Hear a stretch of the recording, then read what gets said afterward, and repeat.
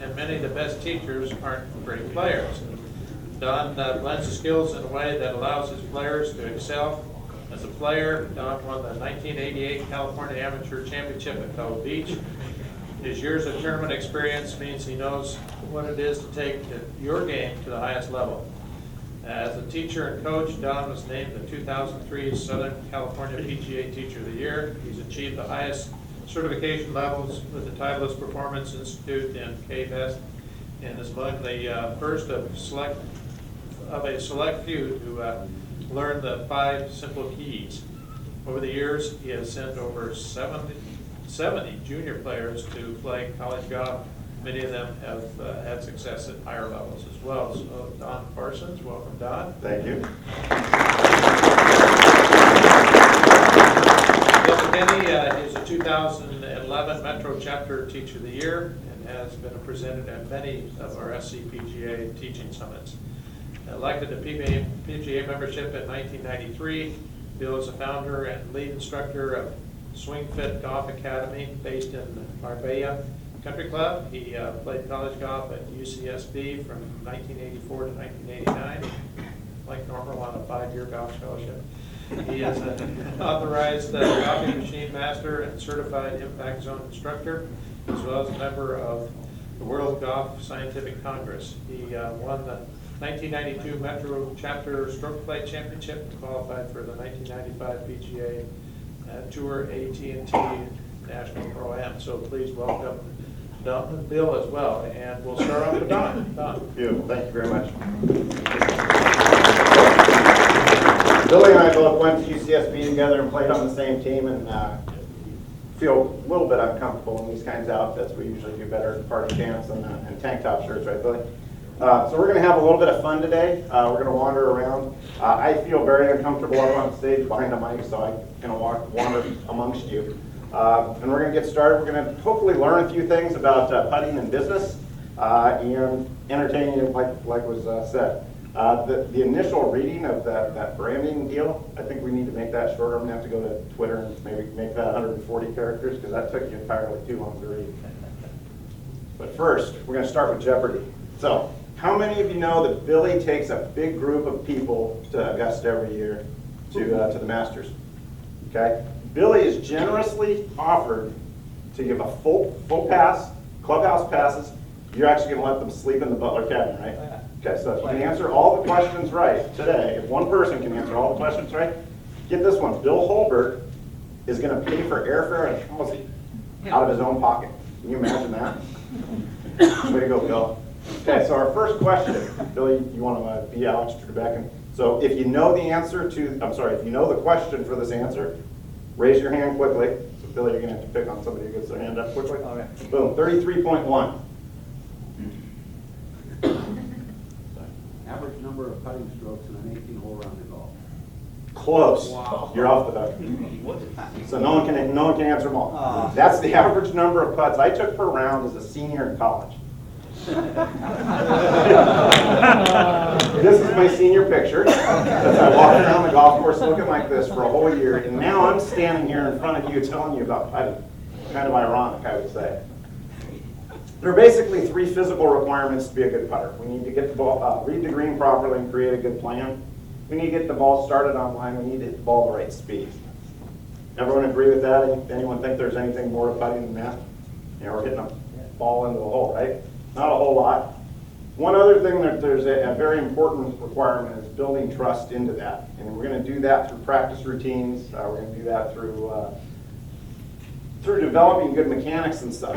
And when I came out of college, one of the things I did is I started teaching. I had a lot of good players, and guess what they looked like?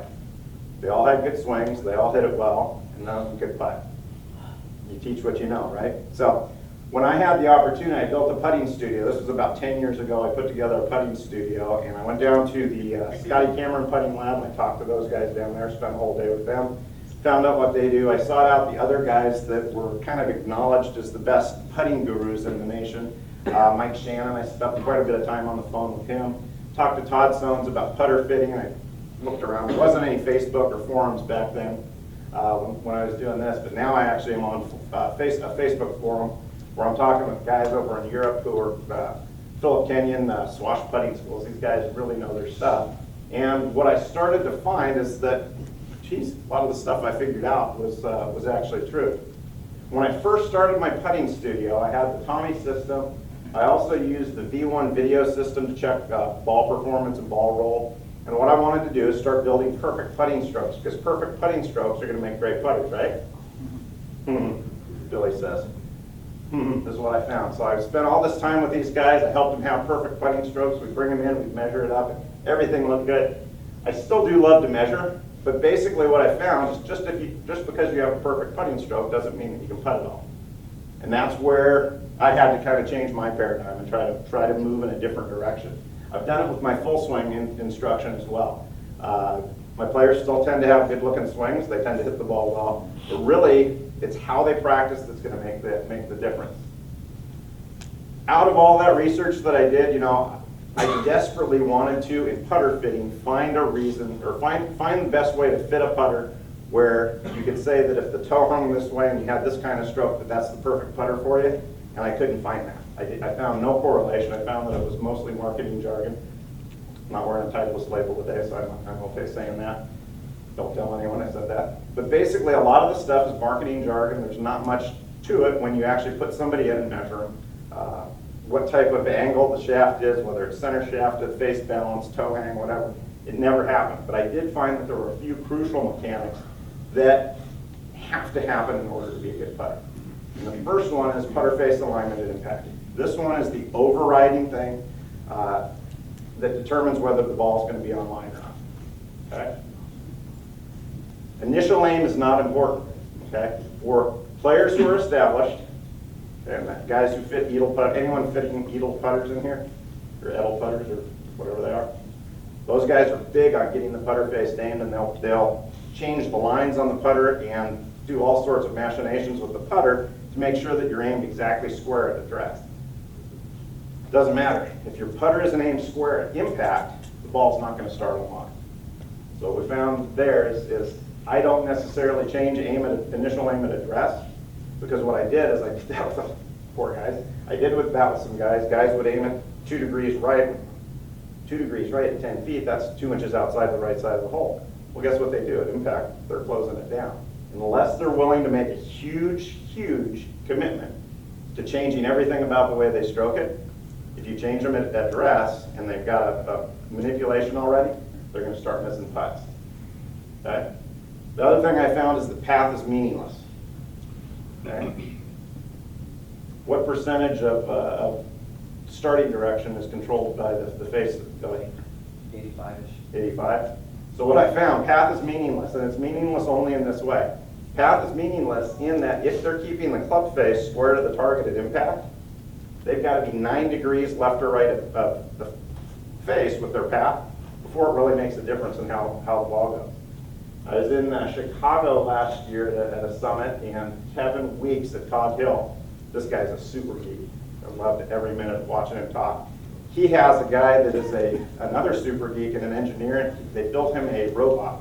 And he had this robot set up on the putting green from 6 feet, dead straight putt, and they set up the putter aimed at the hole, and they set the path of the putter going 8 degrees left. And they pull it back, and the ball kept going in the middle of the hole every single time. Okay, so I said, wow, that's kind of what I found too. Path is really not a big deal. Okay. This one is up for a little bit of discussion. This is a lot of my seen players over the years. Dynamic loft at impact can have a big effect on distance control. Now, dynamic loft at impact is how much the player actually puts on the putter. And the way this one shows up is when I have a player that ever tells me that they're having difficulty controlling distance, I'll take them out, I'll put the high-speed camera down on the ground, and I'll just check what is the golf ball doing as it leaves. Typically, the people who are having a lot of trouble with distance control launch the ball and it comes off with a little bit of backspin. So in that degree, the ball launches with backspin and it bounces. It makes it difficult to be precise with your distance control. That one we're testing out a little bit more. Some of the guys in Europe are actually testing. They love the quintic ball roll deal, so they're checking out how that ball takes off rolling. They're starting to study whether the ball actually ends up in a different place when it's launching with machines. But what I found is the dynamic loft, if you've got a guy that's chipping it instead of putting it, typically its distance control isn't quite as precise as you'd like. So I like to see that. What I also have found is that with the normal types of mechanics that I teach, 4 degrees of loft tends to be too much on a putter. Kind of want to see closer to 2 degrees of loft on putters. And I have a loft and lie machine where I can bend that a little bit. Okay. Now, advanced players versus club members. How many players are teaching tour players in here? Okay. A couple. Okay, I don't teach too many. Advanced players, I'd be very, very careful about what you change, because those guys have built-in or have developed patterns that are very solid over years and years, and they've gotten good at manipulating and making putts with patterns that may not be may not be aesthetically pleasing to us. Next Jeopardy answer. Anyone know what that one is? How much money you could have won on tour if you'd been a better player? Could be 20,088,234. That's how much this guy's made on tour. And we played college golf together, and if you looked at it, you'd think that this guy had a horrible putting stroke. Billy Mayfair, he cut the ball, I swear the thing's up in the air. I mean, see it spinning away. He was the best junior golfer in the world. He was the best college player in the world. He was the best amateur in the world. He gets on tour, and the only time he ever struggled at all was when he was trying to fix that cut putt stroke. He developed the yips for about 2 years in the 92 era. He's made $20 million. That face right there is the exact opposite of what I looked at all my senior year. I never had a dumb grin like that, which could be a good thing too. Yeah? So when we're going to look at a player, we're going to check out what they're doing. The first thing we want to do, and I actually did this with Tim at one point, we're going to assess the performance. We're going to see how do they read the green, can they get the ball started online, or is it a distance problem? So I want to do a little exercise here. I'm going to have you guys check out this action and then tell me, do we have a green reading problem, a directional problem, or a speed problem? Here goes. Oh! Okay. So direction. How's this direction? Good. Direction was pretty good, right? Okay. The speed control. Who's going to vote speed control? Okay. Who's going to vote planning? So it's 50-50, right? We could have a planning problem, we could have a speed control problem. The planning problem, you know, you could move the ramp a little bit closer, but then you could clip that stop sign, that would be problematic. I'm going with speed though, because I want to get way up onto that roof, never take a chance of hitting the edge of that thing. What all this came down to though is that the guys that were successful in my putting programs, practice became the key. You know, it was how they practiced, what they practiced, and me helping them come up with a good plan. Making them perfect putting strokes did not do it. I've wanted a Sam Putt Lab for so long you don't even know, and I just can't justify spending the money on it because I've learned this. Practice is the key, and even though I'd love to have that thing because it's really cool, and I'll give you a compelling reason why you might have one, as far as a performance tool and making your players better, it's not what you have to have. Okay. Block practice versus random practice. What kind of things are important here? How many people have heard of this concept already? Okay, Billy's big on it, I know. John. Block practice basically is hitting the same type of shot over and over and over again. Random practice is doing exactly that. Random, never hitting the same shot twice. And I'm going to make the statement that there are very important times to use both. Okay, so with putting especially, putting's a compound skill. We need to read the green properly. We need to get the ball started online properly. We need to hit at the right speed. So if we're working on one of those three things and need to improve that as a skill, then block practice is really appropriate. Okay. When it comes time to be determining whether you're a great putter, that's when it all comes down to random practice. So let's look at a few things that that I do with my players. For absolute beginners, we're going to talk a little bit more on the low end of things. The general members we tend to see. The absolute beginner deal that I like to have people do is I call it range ball rolls. It's as silly as can be. You just put a line on a ball, they set up to it, and the idea is to get the ball rolling end over end. Pretty basic. It looks like this. Does it roll end over end? How long do we want them to practice that? So they can. Till they can. It's like so when they can do that, have them stop. There's no reason to drill that over and over and over again. If the ball's rolling, it's rolling. Okay. Then I'm going to move on to one other thing. Now here I've got actually a compound drill here. I've got a setup station that I'll use. There are certain things, and the reason I'm not telling you exactly what that is because you can tell them whatever this is going to be on your own. So stance width is determined by the 2 tees there, and ball position's the 3rd tee. And now we've got a line there that they can use to make sure that their putter face is getting the ball started on line. So the focus here is going to be on the face. You might like the arcing stroke, you might not like the arcing stroke, whatever we see. But basically, when I'm doing block practice, I'm practicing the skill of getting the ball started on line. I don't necessarily have a target. Okay? So I'm not trying to get it in a hole here. That one might then progress to something like this, where we're going to see actually putting into a hole, but basically their focus is still getting that ball to roll right under the line. And then it moves into a more intermediate zone here, where they've got to set up the rope and hit a breaking putt. Their goal is still to get it to start right on line, and then let it break off that line into the hole. Now this one, again, this one goes back to being a little bit more compound. They've got to get the string set up perfectly, so they got to read the green. They've got to choose which distance to be on. If you're doing this one with them, they can't go back at 7 feet and try to make the same putt on the same line, because they're going to have to vary the speed so much that they're going to see a lot of lip outs. So basically, again, this one does get a little bit compound. They've got to read the green properly, they've got to pick a speed, and they've got to get that then, again, started right on that line. From there, we're going to start working on routines. So rather than hitting one ball after another, now you're going to go through your whole setup routine. You still have the aids there to help you get into the exact right position, but they're going to roll it under the line, again, same kind of routine over and over again. If we're moving on to to distance control, size and tempo are the things that are going to control distance.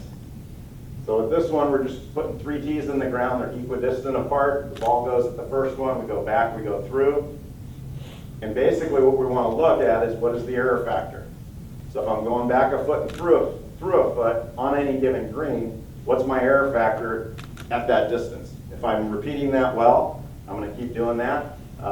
As soon as I'm finding that I don't have much of an error factor, time to move on to something else.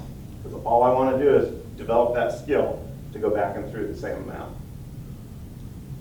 Here we start moving on to a few more hybrid things. This is a drill that Doc Farnsworth gave me. Doc's down in the desert, one of the best putting teachers in the world. And this one's great because it starts incorporating both direction and speed, but also gives me an opportunity to start incorporating score. So I've got 3 pennies on the green, about 16 inches from the front penny to the back pennies. The 2 back pennies are about 12 to 13 inches apart. And you put a tee in the ground at 6, 7, 8, 9, 10, 11, and 12 feet. And the player is to now start transitioning into a little bit more of a random style practice. So they're going to actually hit the putts from the same spot each time until they get one in from 6, one in from 7, one in from 8, one, so on. When they can do that, they're going to have a score. So at 6 different distances, they want to be able to come up with a score. I typically like my players to be able to do that under 12. I'm sorry, under 10. If they can do it from under 10 repetitions, I would say that's good enough in that type of a controlled environment. So that's a face-on view of that. And then we start doing this again now. We still have the image of the pennies down there. We go through an entire routine. You're just trying to roll past that first penny with the right speed that it would go there. After years and years of practice, I can now lip them in instead of lipping them out. Took me many takes to get that one right.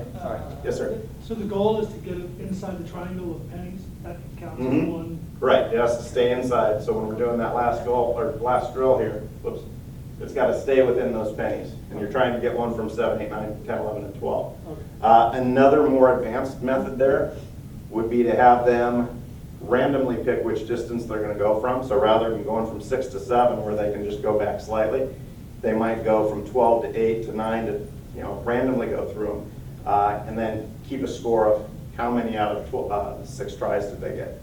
So you can change up the score But again, basically, we're looking at developing a variety of skills here where they're going to have a score at the end so that they start knowing, again, how are they improving. If they can track how they're improving, especially with the competitive people, they're going to keep doing this more for a longer period of time, and they're also going to start seeing their improvement and have a little bit more confidence. Okay. So since this is the Golf Industry and Business Summit of 2013, what I wanted to do is relate this back to business and how this is going to help you a little bit. Couple of different ways we as instructors are going to be able to make more money. One is going to be to create value. Okay? And this is a sample. I'm not going to read all through this, but this is a sample of a program I set up for one of my players. She's a high school player that wants to play in college. Very busy. She's doing a play. She's doing all sorts of different stuff. I created a putting goals for March. She also has some wedge goals, and she has a driver goal that she wanted to accomplish. We had just rebuilt her entire putting stroke because her old putting stroke, she was bent over so far that it was giving her face, path, and distance control problems. She would bounce the putter on the ground and just was a horrific putter. So we changed her whole setup position to improve face and path control and to create some different feels for her and give her a better chance of being a better putter down the way. But her goal, or my goal for her, was I wanted her to spend 1 hour, 3 days a week on her putting. Okay? She was also going to play 9 holes a couple days a week and do some other stuff. She's very committed. I wrote it all out for her.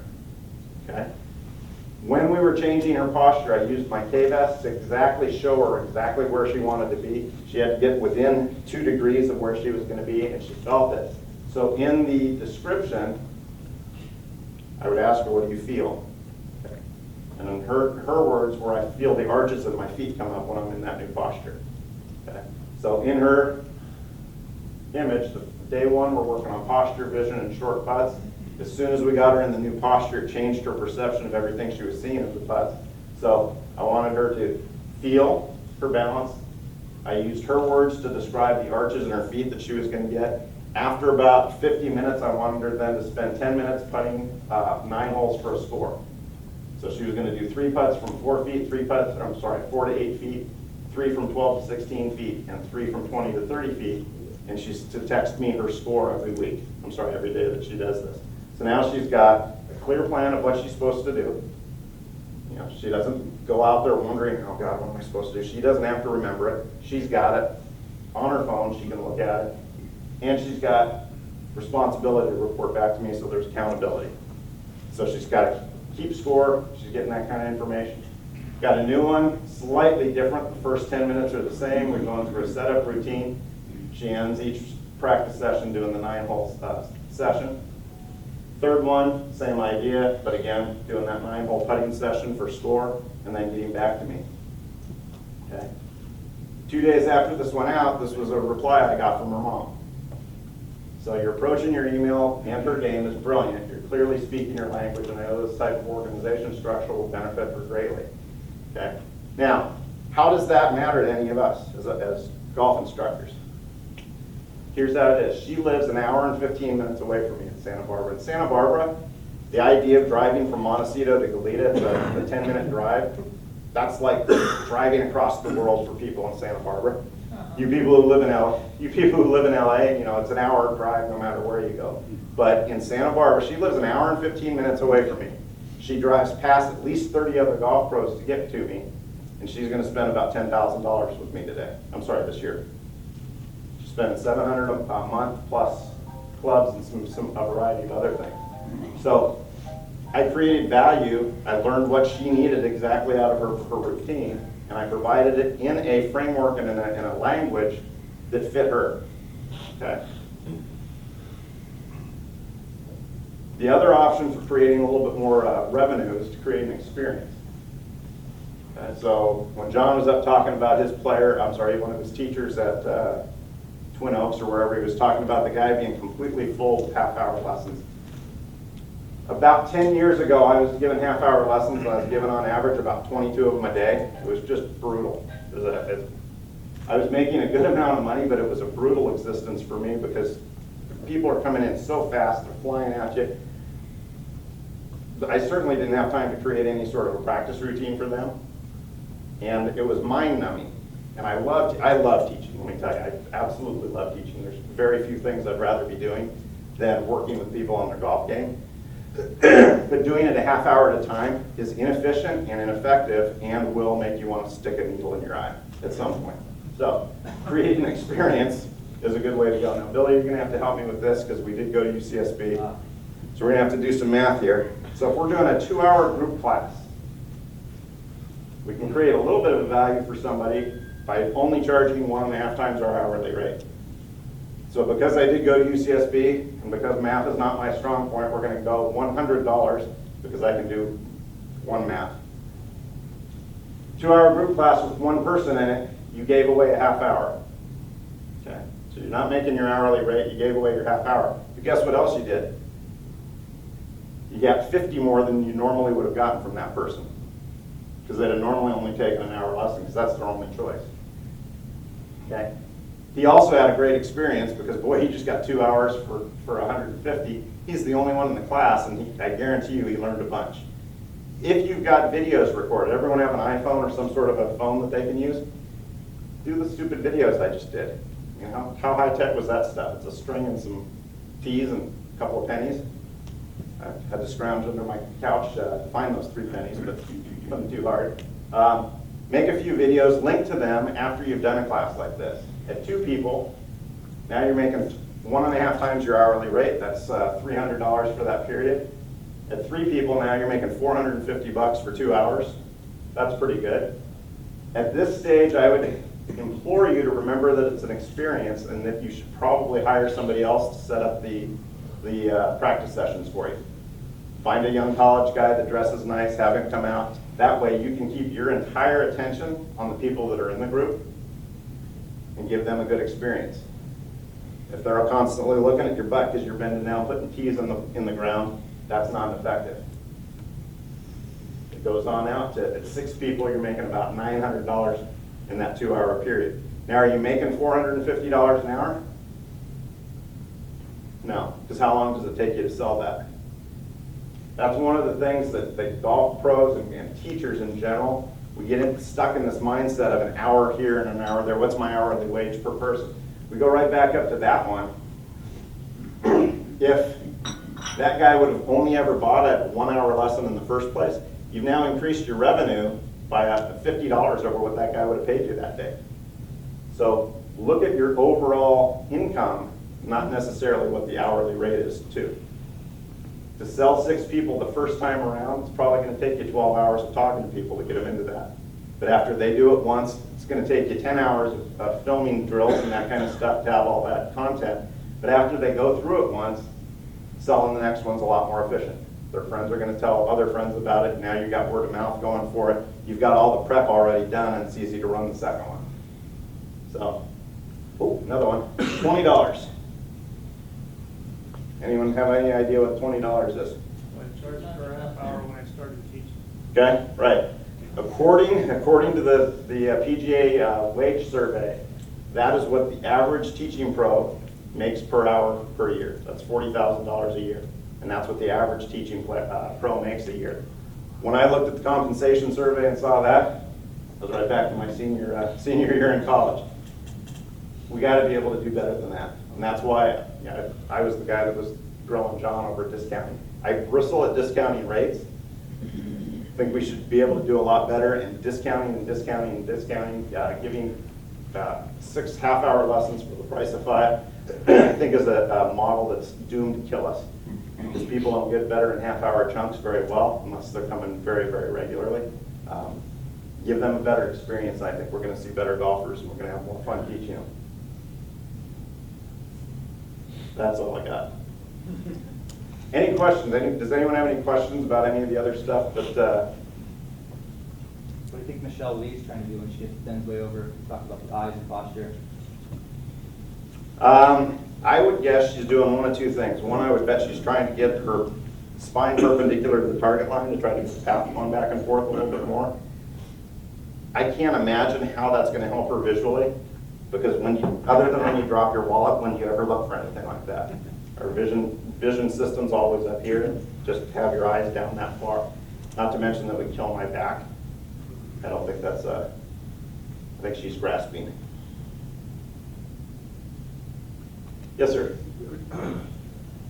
You were talking about putter length, when you're shooting putter length, and if that can that help you on the alignment of impact? Absolutely. Absolutely. So putter length is the question. Putter length is typically going to affect your ability to create a good posture. Posture and balance are really cornerstones of things that I look for. So biomechanically getting set up in a way that's going to let you be able to stay relatively still. So we're not altering path and face angles that way, while still being able to move the way we need to create that. So putter length is really important. The way your body sets up determines typically how the path and the face are going to be moving through space, and then determines how much or little manipulation you need out of your hands. Did that answer your question? Okay. So I think putter fitting is very important, and I don't think that very many people have the right putter for them. But length and lie angle are the main features I look at there when we're doing a putter fitting. It's their eye and what they choose to look at. Typically, I let them choose which head style they could go with. I found that lines on putters and balls on putters don't necessarily help everyone. You said, you mentioned 2 degrees being kind of an optimal loft. Do you find that pretty straight standard for every golfer, or is that a better? No, it's not standard for everyone. I find that more people fit closer to a 2-degree putter in terms of delivering a good amount of loft and impact. You typically, at impact, when we're measuring it, you want to see about 1 degree of loft and a little bit of rise of the putter. Gives us the optimal ball performance. And again, now I'm questioning how optimal does the ball performance need to be. Is the next, I'm constantly questioning and wondering whether we're doing the right stuff. But the old style of Scotty with the 4 degrees of loft tends to presuppose that we're going to have a big forward press and deliver a lot less loft there. Interesting study, just because I like this kind of stuff. Why do we have loft on a putter at all? If you don't, it drives it into the ground. Yeah, so if we're hitting down on it, we'll drive it into the ground. What we've always heard is that the ball settles into an indentation. Okay, so guys studied that. After 7 hours of the ball sitting on the green, the ball had gone down half a business card depth into the green. So the ball doesn't sit, except when you're putting on my greens. The ball doesn't settle down into the green at all. It's just sitting there, but you do need a little bit of loft to get the ball rolling so that you don't drive it down into the green. But it's a lot more common in viewing that and looking at people putting on high speed. Way more common to see people launching the ball up in the air. I didn't bring any video of that, but it's not unusual to see somebody who's not very good at putting. If the ball's dead center of their stance when they hit it, to see it above their foot, you can't see it with your eyes. I can hear it now. Their ball goes above their foot and backspins by the time it lands, flies out of the frame of the camera. It's way more common to see that. It's really hard actually to drive the ball down into the turf. You have to get a lot of forward shaft lean to do that. What's the SAM system? How do you like that? I don't have a SAM. I think it's really cool. I've got a Tommy. The difference in the SAM Putt Lab is a very accurate measurement tool for, I measure 13 things. I think SAM measures a lot more than that. It gives you a bunch more reports. It can be used indoors and outdoors, but the price difference was $9,000 for a SAM versus $900 for a Tommy. I went for the Tommy and spent money on a room to make sure that I had a controlled surface to putt on. I think that the SAM is a great thing. I think that the Tommy is a great thing, and that goes back to creating an experience. I needed to do that stuff for myself to figure out what I needed to teach. I think it was, that's how my brain works, and it's important for me to figure out. I don't like bullshitting people, more or less, is what it amounts to. I want to give good. I want to give good data. I mean, and so it's important for me to have those tools so that I use them as diagnostic tools and get back to it. But beyond that, you're creating an experience for those people as well. Tim went through one of my putting evaluations, putted pretty well after that, and sent some of his members up there. everyone pretty happy with the experience they had? Yeah, I wondered if you can go to that first screen. When I was up there, for obvious reasons, you didn't give me all the data. You mentioned with it 10, 11, 12 things you look at. Yes. You have that up on your flat screen there. What are some of those measurements you're looking at? It's all right. Oops, there it is. Okay, so this is the Tommy system. In the Tommy system, we put a sensor on the shaft. It is a LED sensor. It's got 4 circles on it, and the camera measures how those things move during the stroke. And it's got limitations in terms of how I calibrate it. So if we're using tools, we always want to know about our tools and what the limitations are. If I'm not very careful with calibration, none of the data is good at all. So you have to be very careful about that. I also take it with a little bit of a grain of salt. So the first thing we get is alignment at address. So what I love about this system is that we're looking at trends. We're looking at a series of 5 putts here. The very first system I had for doing it, we were looking at 1 putt. And after that system got stolen, and I started thinking about replacing it, the idea of having or making decisions on how I'm going to change somebody's putting based on 1 putt became a little bit silly. Kind of like looking at 1 golf shot and deciding that that's exactly what they need to do. This one tells us alignment at address over the course of 5 putts and gives us an average. We've got alignment at impact, 5 putt average, path at impact. We've got the stroke shape here, how far they took it back, how much face rotation you got in the backswing, how much face rotation we got on the follow through. Shaft angle at impact, center face contact, the speed of the putter in inches per second, I believe is that one. I happen to know at the speed of our green, between 39 and 43 is about where we want that speed coming from. And then we've got stroke tempo, so we've got the time of the backstroke, time of the follow through, and then a ratio of backstroke to follow through. Then we've got consistency tends to be our biggest deal there. If they're consistent, then I place a lot less value on the fact that any of the numbers is off. Optimal for stroke tempo, theoretically, is about 2.0.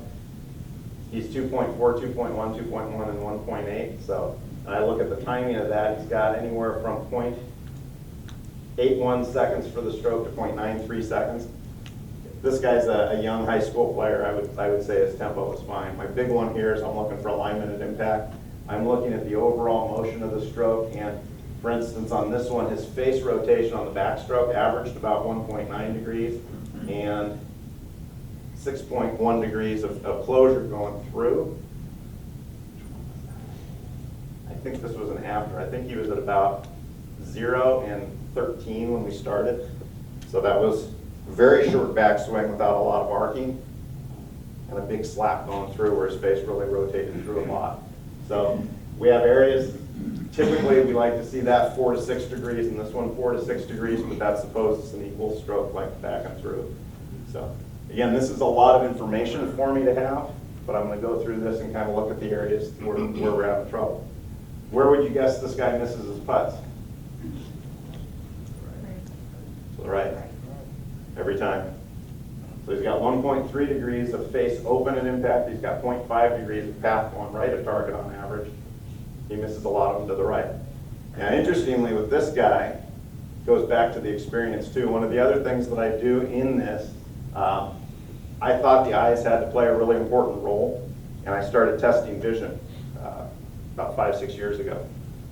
And this guy came in, and I started doing the vision screen on him, and as we went through it, he's coming up with all sorts of weird stuff. His eyes weren't level. And we got about halfway through it, and I said to a high school kid with his dad sitting there, I said, "What happened to your right eye?" Kid pops out, and he turns his head back and says, "How do you know that?" In 6th grade, he was playing basketball, and a guy headbutted him and broke his orbital socket on the right side. He had to have reconstructive surgery.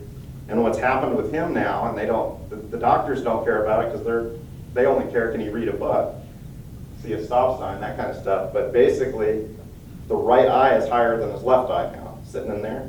So when he goes to set up for stuff, his brain's perception of how that message comes in is a little bit skewed. So he sees the hole to the right all the time. of where it actually is. I have no solution for that yet, but it was interesting to find that out. And now again, I've got credibility because I found that. So he'll be referred down to Doc at some point. We'll have an eye expert figure it out. But that's, again, another thing that I do is I screen the vision and look for anything that's a red herring or elephant in the room, and then farm that stuff that's way over my head out.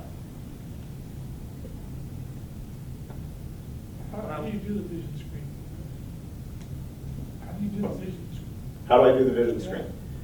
The vision screen I used is fairly antiquated in terms of optometry and ophthalmology. I went on eBay and I got a thing called a telebinocular. I was introduced to it first by Greg Rose at TPI. They were trying to figure out some stuff about the eyes, and since nothing's ever come out of it, I don't think they figured out anything either. But there are 10 to 12 slides in there. People just put their eyes in there. I say describe what you're seeing there, and you know, it's a test that I give and kind of lead them in the right direction to find out what they're seeing. But again, it's a really cool experience. I read all of Doc's books. I read a couple of other books on sports vision. Tried to repeat what they were coming up with, and I could not repeat any of their results. You know, when you see this is happening, and this is the solution. Everyone's an individual, and you have to come up with a different solution for everyone. But the two reasons I keep it in is it's a great experience. Isn't that cool? Pretty cool thing to put your head in there and do. It's a great experience for people, so they really like it.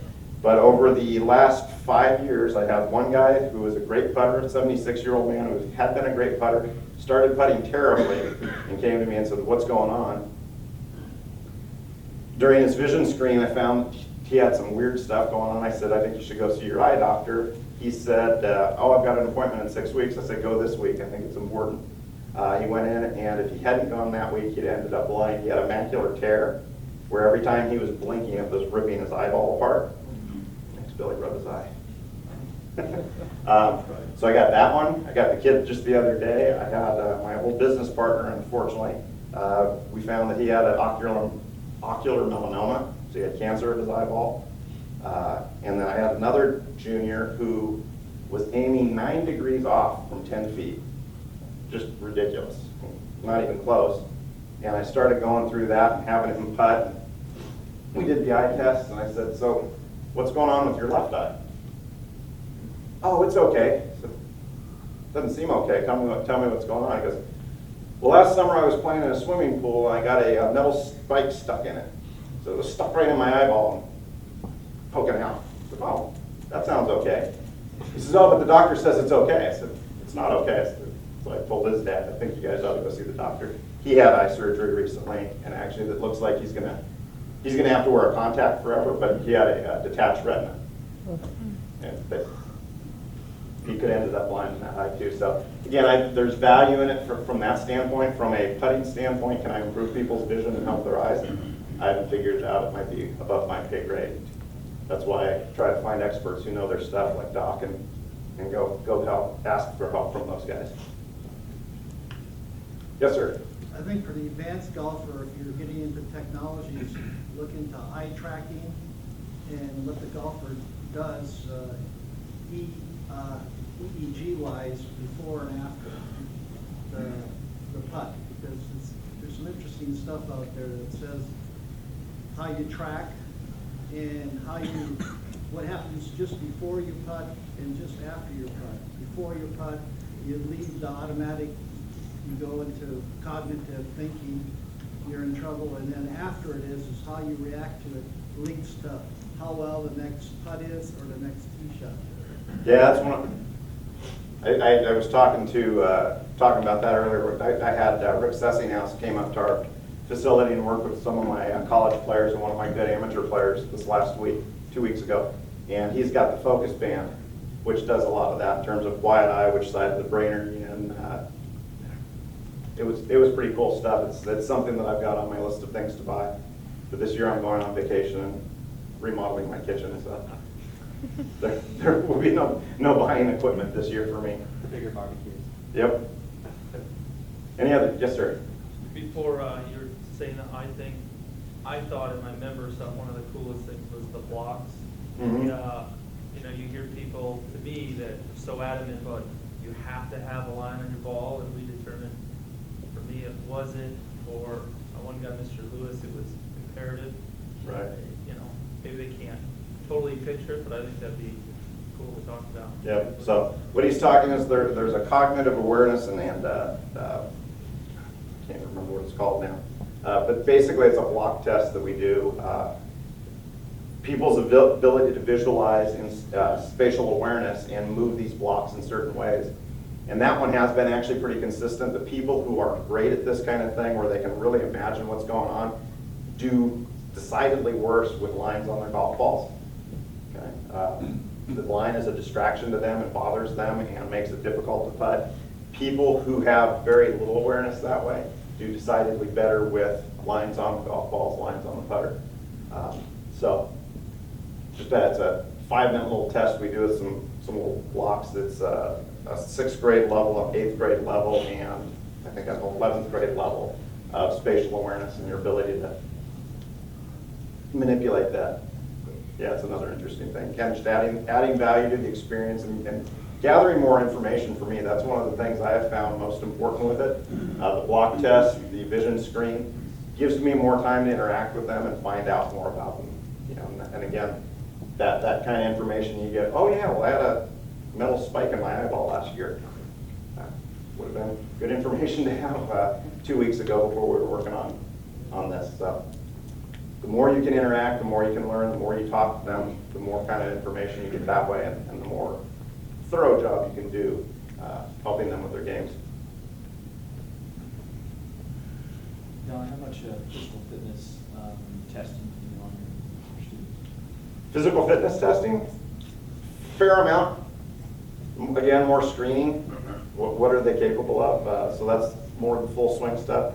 I do, on almost everyone, I run them through about a 12-step screen via the TPI system, and then I use it primarily nowadays to decide what I am or not going to ask them to do. I do use the KVS quite a bit for positional data, and if they can't turn in a certain way or don't bend very well in a certain way, then I don't ask them to do that, because that just leads to frustration. So I have to adapt my techniques to what their body physically likes to do and what they're capable of, unless they want to make a big commitment. So that goes both ways, you know. With tournament players, then I'm a lot more stringent about, hey, you know, we need to get the body working as well as it possibly can, because we're going to end up with injuries or just at a disadvantage to the other players that are working out and have a healthier body to play with.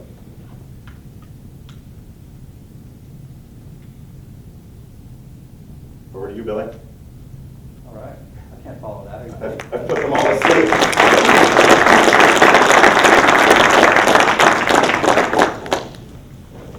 That's a really hard act to follow, for sure. Don't want to follow that.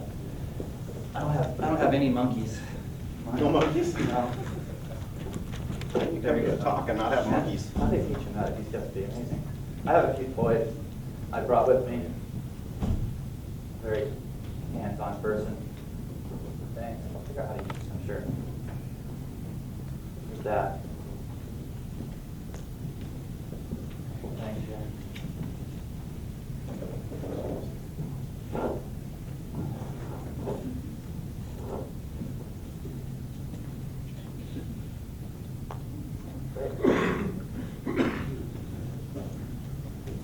Turn the lights down a little more, everyone can have a nice nap and calmly talk. No, I'll try to keep you awake. Turn your lunch. Let's see here. Where are we? The impact zone. What did I write today? Flexible and tidy framework for teaching solid contact and growing the game. PGA 2.0, after all, we're supposed to bring golfers back into this game. We're supposed to grow the game, aren't we? And it looks like we're not doing a great job of it. There's 3 reasons, apparently, why people are quitting the game. It's expensive, it's time-consuming, and most importantly, anyone know? Too hard. Too hard. Kind of suck, even though they take lessons.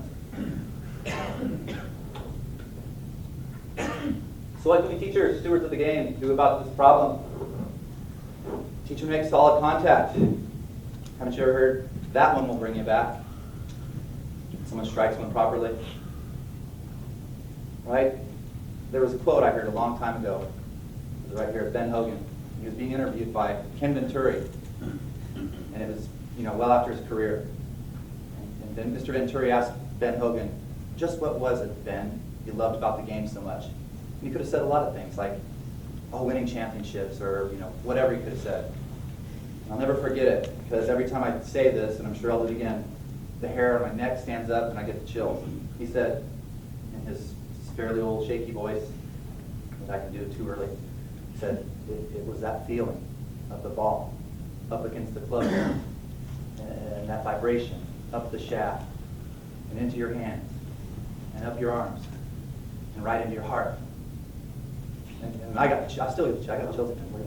And I don't know how that speaks to any of you, but I know the first ball I ever hit when I was a little kid, it just was like, yep, this is for me. I love this. I happened to flush it. Many hours at the Big T out there, Scott, huh? Right? Some of you know the Big T, or Jeff. Yeah. Lots of Big Ters in here. Anyway, that was something that really spoke to me. And I think that, being around golf, we're all around golf quite a bit, that, obviously putting is really important. 33.1, I wish I'd had that when I was a senior. I thought Donnie was a pretty darn good putter. All right? And, it was about ball striking, though. The thing that kept me going was that great feeling of flushing it. Move on a little bit. ICG, Impact Zone Golf, embraces all swing styles. You can see Matt Kuchar, Destin Johnson, Keegan. I think that's Eamon Darcy. Is someone can confirm that on the upper right? Kind of a, Ricky, Rory, Tiger, look pretty similar. Sure, swing styles. So I think for too long, maybe we golf teachers, I know I have, for probably too long, fussed about with everyone's swing style. They show up for a lesson and they're paying you whatever, if it's however much per hour. And you might think, like a guy might show up and look like, let's say Ricky here on the left. You go, oh, you can't play golf like that. I got to get you all dialed in here, and you get him, whatever, cross the line better, whatever. So what am I supposed to do with Ricky Fowler when he shows up to a lesson? Fix his club? I would ruin Ricky Fowler if I did that, right? So what do these all have in common? I mean, besides great confidence, and they play a whole bunch, and lots of other reasons. But from all of those locations in their swing there, they all sure go through the ball how they want it to. Sweet spot, path, angle attack. These are masters of the game, right? Here's Jack Nicklaus. How come Jack Nicklaus gets hardly any love about his golf swing? Right? Like no one really goes. We love talking about Ben Hogan. I mean, everyone, the ultimate swing. Don't get me wrong, I love Ben Hogan's swing. There's Jack. Anyone find any problem with that? That was pretty darn good to me. All right, fair enough. Oh, and the reason why Donnie and I, when we played college golf together, see, we were never ever drinking beer or partying late at night. We were always up for rehearsing stuff like this at UCSB, right? We never ever would take advantage of something like that. That's how we got so dang good at all this. There's Bobby Clampett. Again, this is Bobby Clampett was one of the early guys that sort of learned under the system, the golfing machine. If you're familiar with that, I know a lot of you are. There was Homer Kelly, this eccentric engineer type that wrote the book, The Golfing Machine. Took him around 30 years to write this book. And qualified or certified quite a few teachers. Greg McCatton right here, my longtime teacher, is one of the doctors of the method. There's the GSED, GSEM. I happen to be a GSE, golf stroke engineer master's level. And there's GSEB. Okay, that's pretty cool. It's a very, it's like reading a helicopter manual, this book. You might turn it upside down. It's pretty great. I always knew there was something in there, but there's a lot of, let's say, interesting stuff. I'll call it for a while the Book of Spells. This was from an article that came out in the 80s when Clampett first came out on tour. Anyway, Clampett was a disciple of Ben Doyle, I'm sure some of you have heard of. And I heard about this kid that could just beat everyone. And I was inspired to go find out about it. And my first teacher said, get your nose out of that book, get your nose out of this guy's good. But I don't say it ruined me, but I certainly opened a can of worms. I've been down a lot of, fair enough. Been a lot of rabbit holes because of that book. Many of them good. So anyway, this is a picture where Mr. Kelly was doing an article, I believe it was Golf Magazine, in like around '83, first year on tour. And there's a great story behind this whole deal. Bobby took it and he said, I'm going to make a golfing machine for dummies. And he called it the Impact Zone. He wrote this book. And this is sort of a bit like his story. He said, you know, his first year on tour, he finishes 14th on the money list. And the second year, he finishes 19th on the money list. And that was like, might have been the year after where he almost won the British Open. Some of you in this room, I know you don't even know who this is. Most of you do, though, probably. He was an announcer on CBS for, 19 years. Anyway, and he said, well, I want to get better. He's a very bright guy, very, very high IQ, excellent speaker. He said he started listening to the gurus. He started listening to the people out on the range that would follow the range around for the tour. One told him, you got more moves than an erector set. You got to simplify your golf swing. And another said, you got to forget everything you know about the golf swing you've ever learned. And he goes, and Bobby said, he'll say, I was just dumb enough to believe him. So he started changing his swing style. And then he sort of, that's why, if you've never heard of him, that's why you've never heard of him. He'll say that. So he's sitting around at a PGA Tour event after missing a whole bunch of cuts in a row. And he said, what was the first, I got to go back to, what did Ben Doyle teach me, my teacher? He goes, he draws a line in the sand, he starts hitting, he's like scraping away the line. He's like, this is the very first thing I ever learned, was hitting after this line. All right, I'm just going to try that this week. And he gets back and he comes in 11th place. All right, I've got to go back to this. So this is sort of a story of an odyssey of not just him. I can relate to it too. My good friend Sam Randolph, some of you have heard of, same thing. This guy won on tour. It's like a parallel story, and it happens all too often. And I've become kind of a champion for this cause of don't ruin talent, fellow pros. We get all a chance to help some good young players. I've seen it happen too many times where you start getting all swing style, like they go back and try to fix all the Ricky Fowler's, or Ricky Fowler starts playing badly. Oh, let's get laid off, or the Camilo, let's slide. That's part of their DNA.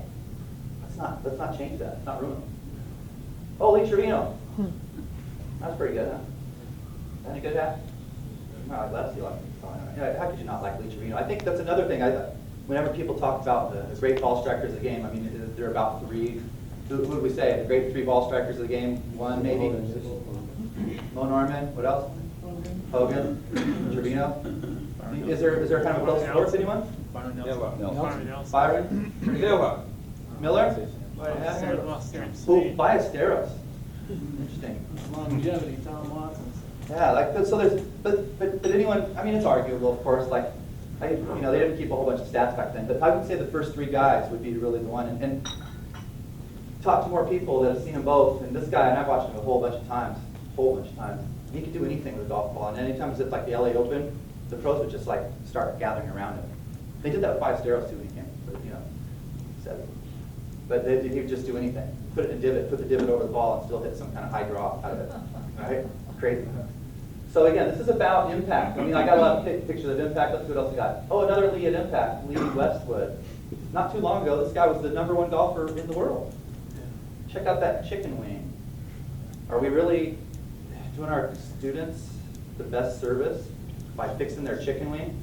Sometimes, for sure, if it's really bad. But this guy was #1. He had a chicken wing.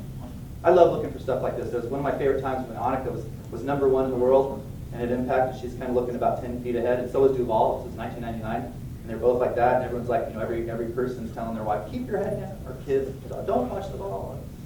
Cringe, right? So what are these people sharing? Let's look back again. Look how the club's oriented. Forward leaning. It's a driver, so it's probably fairly level, not forward leaning. All right. So what are some of the elements there? There's a whole bunch of elements for sure. But in Clampet's book, and it's sort of the golf schools we're doing out here, first thing he calls it a flat left wrist. I just call it a flat lead wrist because heck, wrong with the left. That gets some love too. Flat lead wristed impact. We all, anyone got a problem with that? That's a good thing to teach. Having a forward wrist a lead wrist that's flat, forward leading. A forward swing bottom. This is huge. I want to say that this is probably one of the most powerful bits of this. Load the lag the load, and a straight plane line after it in relation to the D-plane requirements. A show of hands, D-plane, descriptive plane, who knows what that is? Still relatively few. Yeah, there are a few more. I can only encourage you to just Google that or spend a little time learning about it. It's the sort of expansion of the ball flight laws. What we've always been taught about what are the ball flight laws, and when you realize this, you'll realize it's a really big thing.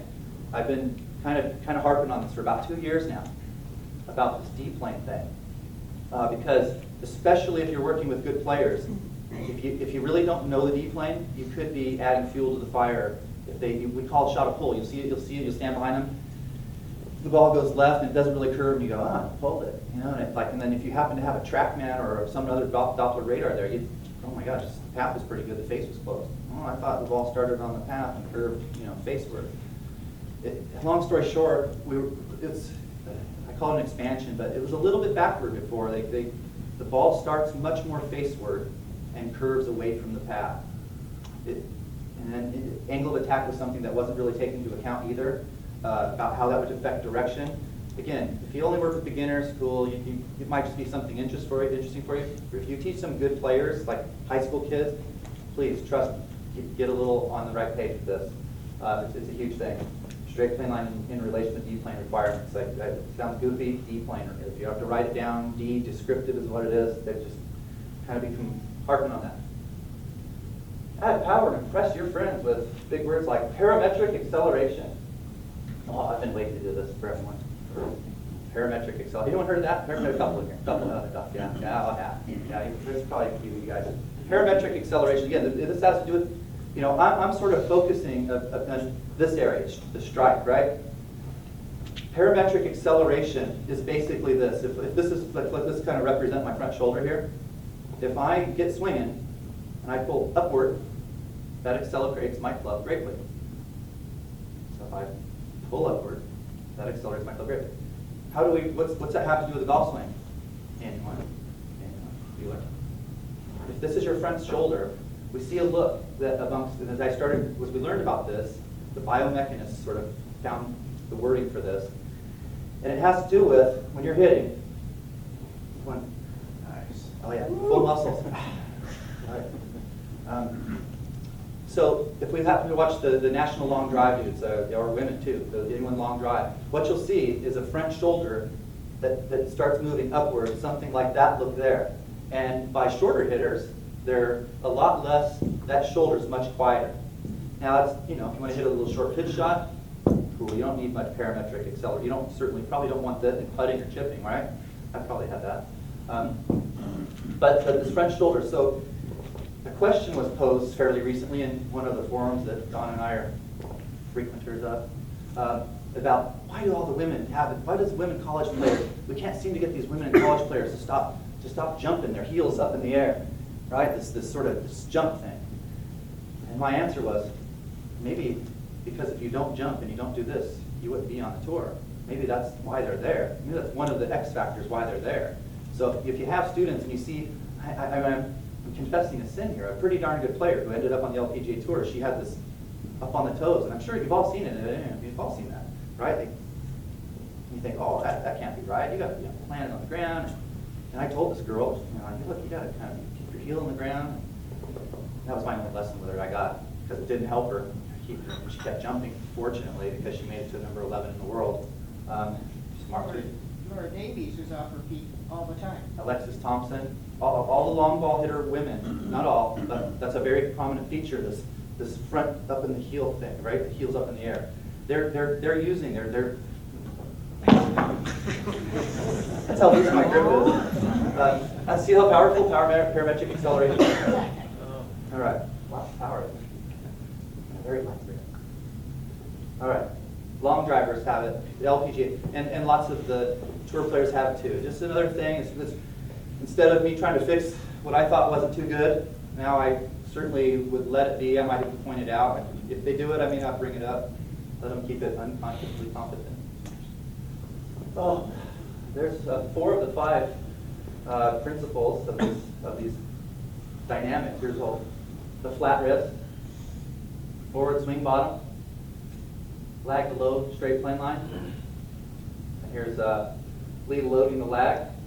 Glad you made it today, Had. This is the first time Greg, my teacher's ever had it, well, other times too in Australia, but seen me do this, and I happen to have a fair amount of Lee Trevino, who's kind of, probably, I'm encouraged to put the Trevino up there, but like this hat pointed out to me that it was that useful. So loading the lag, and basically, what is loading the lag? I mean, it's as simple as creating an out-of-line angle here, like, set your left wrist, that's fair enough, but I've got some lag now, right? Why? Because I can undo my lag. Okay. There's another lead lagging below. Little alliteration. All right. When I was looking through some of the pictures to put up here, I saw Lee, and I thought, it surprised me. I didn't pay as much attention to how much late lag he has. And again, like if you pick up the impact zone book, he says, well, there's quantity of lag, and then there's quality of lag. And this quality of lag is sort of the late part of it. Right, so it turns out that Old Trevino there has one of the best qualities of lag of anyone I could look at. It's really, really good. Some players do mighty well, like they kind of get this and then sort of sweep open. And I mean, it's not necessarily the ultimate power thing. If you remember this Jason Zubak long drive dude, kind of maybe on some help, including lifting weights. He didn't have a whole bunch of wrist angle, and he kept winning that long drive championship. It wasn't, there wasn't a heap of, there was pressure on that shaft, but it wasn't that. More laggingly. Well, the impact zone, just by definition, is a fairly short little range of motion, beside the overall concept of it. But talking to my other fellow, Sam Randolph, we do these West Coast golf schools for the impact zone, and we were talking about this. And he said, "Well, I think you got to have a release zone too, which is a separation, a little bit longer, a little bit widening." So I'll just use a little golfing machine lingo here. Release point is about parallel to the ground. My club's parallel to the ground. Impact, follow through. This is the point where my arms are first straight. So from here to here, that's sort of what we might call a release zone. And I'll show you what we do with this. Release point to follow through. Player-induced force. So there's a question of whether it's purely centrifugal force that releases the club. And it turns out, I got this rocket scientist dude that takes lessons from me, and he's like, centrifugal force is a fictitious force. There's nothing out there. And I'm like, I don't know, is that just like the word that scientist dudes use? And he's like, no. It's a misunderstanding of what you're looking. So when you're always saying, oh, centrifugal force unrocks the club, he goes, not at all. He goes, centrifugal torque, but now you're starting to sound a little too geeky. You don't want to probably tell too many students that unless you maybe got an engineer and they go, oh, what? Take more lessons from this guy. So it's centrifugal and centripetal. And I don't want to get too sciencey here, but that's just something worth looking up, whether you've been telling everyone, oh, it's just centrifugal force, or if in your own game you're thinking, well, I've just got to let this thing do its own thing. Maybe not. Maybe there's something you have to do muscularly. Coupling point. Oh, I brought one more little thing here. Do that. Hold on. Hold on. This feels great. I don't know why you just sit here. In case I talk too long, I brought a hook. Some of you see this is from the Lax to Back store, and it's kind of a back massager. But I got it because it has a good little, like about the coupling point. The coupling point is a point between your hands that is where sort of happens. So it's sort of that question, to swing the handle or swing the club head, there's something you can actually do with your hands. And so this thing, like that would be my coupling point right there. And how it works in a golf swing, it basically is from my release point. Like one of the things that happens is if my right hand sort of triggers that way, and my left sort of does the opposite. So this uncocking business. So this pulling up, back to parametric acceleration. So it's expanding my angle, right? Now pulling this thing up adds a lot of power to add some speed. I started messing around. I test things out left-handed. I've been doing it a long time, so I say, I realized how much baloney I was telling people when I go try it left-handed. I'm like, that doesn't work at all. I'll stop saying that. Should give them their money back. So anyway, I realized hitting balls left-handed that idea of, what do we always tell people? The hand should work like how many units? One unit, right? And then I kind of thought, no, maybe you want to feel like you have two hands. Maybe I feel like something to think about. Oh, how do we teach this? I'm sure a lot of this is like nothing new, but maybe it's just a little refresher or just a different way of seeing it, I hope. Everyone seems to be awake. A couple of you back there, so try to be quiet. Pitching and slow motion training to get it. I've had a lot of success lately with this. In fact, I had tour pros from Australia come over recently. They were working with a big name pro, Evolve, man, maybe not all, but lots of people heard him. I won't say the names.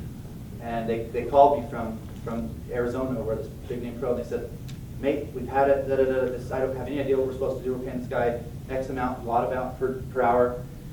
We want to come work with you. And I just sat there and listened to him, and I go, all right, first thing we're going to do, we're going to do really slowly. If you want to make a change, do it really, really slowly.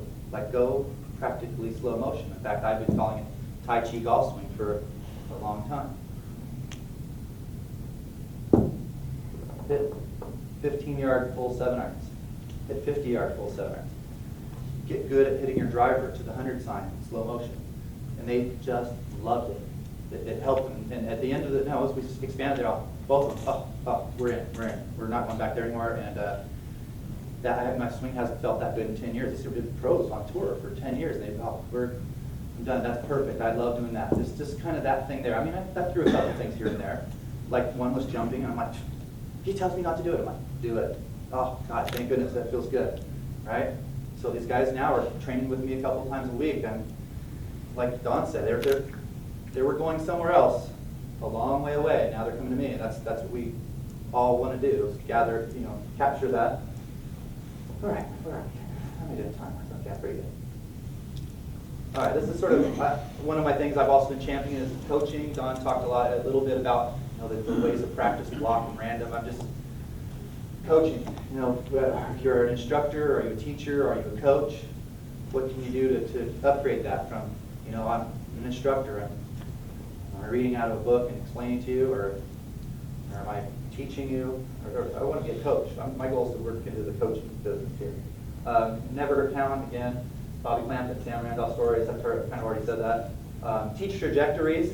One of the things that, especially amongst better players, like if I have kids that had an All-American kid I've been working with a while, I came for a lesson Saturday, and I don't want to mess up his swing. It's already darn good. He just wants something. So we just put him by a tree, and I'll go around the tree this way, go under the tree that way. Just work on trajectories. And then we call it, this is a popular little term again, get your mechanics for free. What that means is if they can do it without thinking, that's even much better than if they got to think their way through it. I mean, if you get into it, that's a big, big thing. Get your mechanics for free. So let's say that's a desirable condition there to have my hands ahead. With kids, I would take them right behind a tree or I'd hit a chair and let me see go under the chair. So they're not even thinking about it when they're doing it, right? Instead of making a big, let me clap this thing on your wrist and okay, tons of time in the mirror. I call that's like asking the centipede how it walks. You might want to do that to your opponent. Right? Teach trajectory. Be smart about video and radar. I think everyone in here has got some kind of video on them right now. Same with everyone on the range. They all got a video on them right now, right? So mom and pop or grandpa or whatever is back there going, oh, look, Jimmy, yeah, you see you didn't lift your head, you didn't keep your head down, right? Right? So their video can be overused. I had a while where I was a pretty good ball striker, and I started seeing my swing in video a little too much, and there was just something I didn't like, and I kept obsessing on that. I don't think I'm the only one that happened to. I think we get that a lot. Turn practice into training and rehearsal. Yeah, by that I mean I've been asking if golf were really a true Olympic event, it's going to be in the Olympics 16. See you there. I'm really looking forward to that. The coaches, the country, wouldn't just go, oh, hey, Tiger and Phil, you guys been practicing? Oh, yeah, we've been practicing. All right, well, good luck today. No, they'd be trained if it were a real Olympic event and that kind of national pride were into it. They'd be training like the way the rest of the Olympians are. What would they do? They'd do a lot of evidence-based coaching stuff the way Don was just showing you there. They'd be testing stuff, right? And it's more important for us coaches to know the details of the data than for those guys. You might find a way to sneak in the improvement. I call it nudge or sneaking in the good stuff. What else? Rehearsal. Keep them on the course. I mean, everyone who is at a club here, there's probably some players who are better than others. Is it the player who are out on the range all times or looking into mirrors? Is it this guy? Constantly every position checking? Or is it the people that just keep looping the course that you already know are pretty good? It's probably anyone, it takes both, but it's usually the players that do a little better. All right, keep them on the course. Go out on the course with them. Coach people on the course. If you can, if you got that, keep that in your coconut. That's a better place to It's a really good place, and they love it. They love it. Those hilly lies. They love talking about the psychology of it all. Love it. Right reach, and I'm starting to get a little geeky on the coaching stuff here. Right reach is in control constraints. Right reach is like, so I could teach a 12-year-old little girl, and I mean, I'll put up a little trough for, it's like bumper bowling almost, because she just doesn't have great coordination, just learning. Her right reach is that right there. This kid, you know, working with, you know, his right reach is, see that hole in the tree there? That's the hole to shoot for. You're just picturing out the right, it's a reach that, and to have the right reach is if they can do it 10 out of 10 times, the challenge, that's not a challenge enough. That's not a big enough reach for them. About 5 or 6 out of times they should be able to accomplish the challenge. Like, so if you set up, let's say, a ring around the hole, if they're really good, that ring should be pretty small. If they're not so good, the ring bigger. Pretty common sense thing, right? That's what our job as coaches to do, to have each person show up and to go, to recognize where this person is, and what we got to do, just get them to, I can do it, I can almost get there, right? Control constraints. Constraints are things like, you know, like, all right, you're a better player, all right, player X, I want you just to use, you're out of bounds if you're in the right rough here or in the right side of the fairway. You make their challenge, or on the range, we've got tree lines, all right, there's your, it's like they go together, picturing making targets tighter or even making targets bigger if they're not so good. Teach skills, not just a part of the game. I mean, that's just something I'm trying to do every day, is not get stuck and going, all right, your elbow's got to be a certain way, right? You know, like, teach them how to play. I had a little bit, I got a couple more things on here, but we have to run my computer through Don's, no big deal. So you're missing out a couple little videos, but no big deal. Some of the tools I use, and the attitude I try to take, I'm getting really fortunate to get, they keep putting me up here. I don't know if it's, you know, one of those jokes they're playing on me or whatever. Okay. But this is, like, I'm just sharing with you some things that work for me, some things that I try. Some of them are working, some of them are great, some of them haven't worked yet. I hope they work. Just sharing with you guys and lady. A wrist angle holder, I use that a little bit. An impact bag, always using that a lot. You know, get tension on the focus of the strike. A broom, loading the lag, lagging the load. You know, swing a broom, a big heavy broom a little bit and grab a club. Feels great. Power Angle Pro, I don't know if any of you have seen this thing. Another like the hook. Alex just gave me the hook. And I don't know if any of you have seen this thing, but it's a really, really good tool. Loading the lag, lagging the load. People seem to like it. And the better players say, Power Angle Pro. Good friend John Rowan Weaver invented this. I wish I did. Dang it. Anyway, it's just one of my gadgets that I use. People really, really like it. You've all seen these things. Or a heavy rope for, again, loading the lag, lagging the load. I mean, by working on one of these things, it's amazing how when you grab a regular club, you still feel it. Like, just, you know, I really like that. I appreciate that. Face tape or dry erase marker. Got my face tape there again. I'm kind of blasting through. We've got the two minute call for lunch, and I'm starving. Anyway, this face tape. Use face tape. Steal it from your, or don't steal it. Buy it from your impact card, or your fitting card, and use face tape. It's a huge thing. I barked up so many trees. Like, people kept slicing it, and I go, I don't see anything that's wrong with this guy. He's just swinging it, and slicing it. It's because it was hitting the neck the whole time. It's gear effect. Face tape. Use face tape. Can't say it enough. Did I say use face tape? Face tape. Okay. Oh, and face extender. Where's that thing? Where's that gadget? So cool. Got this from the. This is a cool little doodad I got at the PGA trade show, and I keep this around. I could kind of, you know, stand on the tee. I've said it before. I sold this from Tom Sargent. I said I've made a heck of a lot more leaning on my club than swinging it. And anyway, this is something I'll keep on my club. It's just one of those things where people walk by, what the heck is that? Just a little chance to talk about, you know, hey, the impact zone a little bit. And I thought this was kind of interesting. Check this out from your perspective. Watch where everything goes. This is the interesting part. That, you know, whatever. That kind of surprised me. I don't know if it does you at all, but how quiet that was coming from here to here. I kind of in my head maybe thought we might do a little bit more something. But that was very quiet, wasn't it? Just a little clearer image of the whole thing. So why do we have to practice? I mean, you know, I'm not saying that's not important. It certainly is, but this is all about, hey, wherever you are in your golf and trying to get better, let's work on this area here, hitting the nail on the head. 2 minutes, almost like -1 now. All-time favorite drill, the line in the sand. Again, I'm just blasting through. It's the line in the sand. Anyone else? Everyone know what the line in the sand drill is? Oh, no, hardly any hands. Oh, yeah. I got this rope here, the cable. And the deal would be, this is so powerful, it's so powerful. I got a great story, but I got to rush through it. Yeah, long story short, I had someone come to the clinic who was a 30-year golfer in business, and was kind of a reluctant student. He was part of the group. And I showed him this, and he's like, I got to stop. That was the best thing I've ever seen in golf in 30 years. So you draw a line in the sand, you set the club right in the groove. I'm going to do it this way so you all see it. So I'm facing down, there's the ball. You draw a line in the sand, you set up, you take it back, and your job is to make nice little divots only this side of the line. And that's amazing how much that cleans up your low point control, your swing bottom control, your forward swing bottom. I was in Austria one time in about 1996, and I kept chunking it. I called Greg, I'm swinging pretty well, but I keep hitting fat shots. He says, line in the sand. It might have been 3 a.m., so he probably was trying to get off the phone. But, you don't know if you remember that. And then sure enough, I went out and did the sand. He said, hit balls from fairway bunkers. I want to say, I won't say this out loud. Well, I was going to say that if I ever had the chance to teach Tiger Woods one lesson, I think I would take him to the fairway bunker, and I think that might be the thing I might do with him.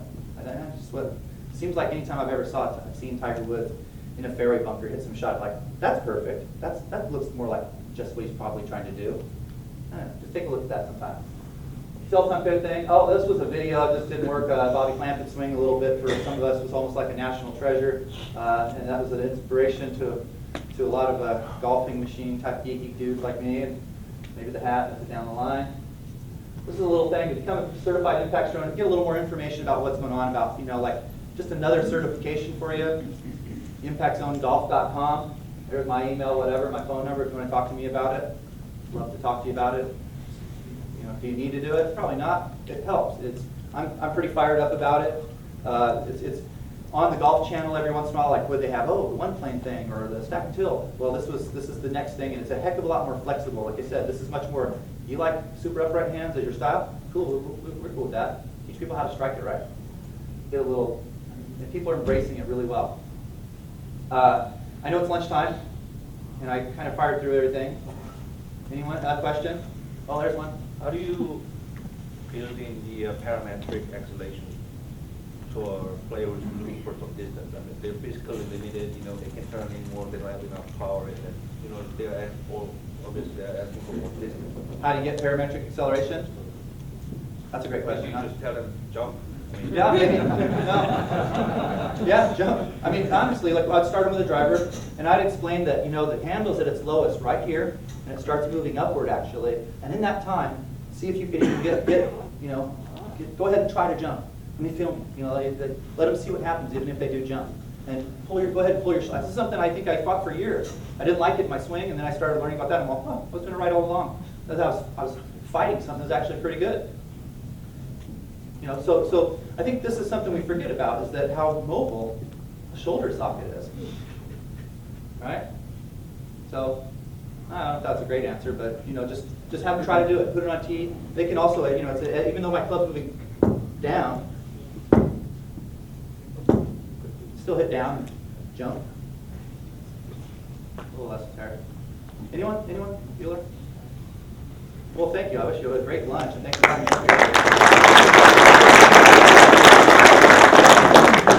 Don and Bill, thank you very much. As you can see, our speakers today are very excellent.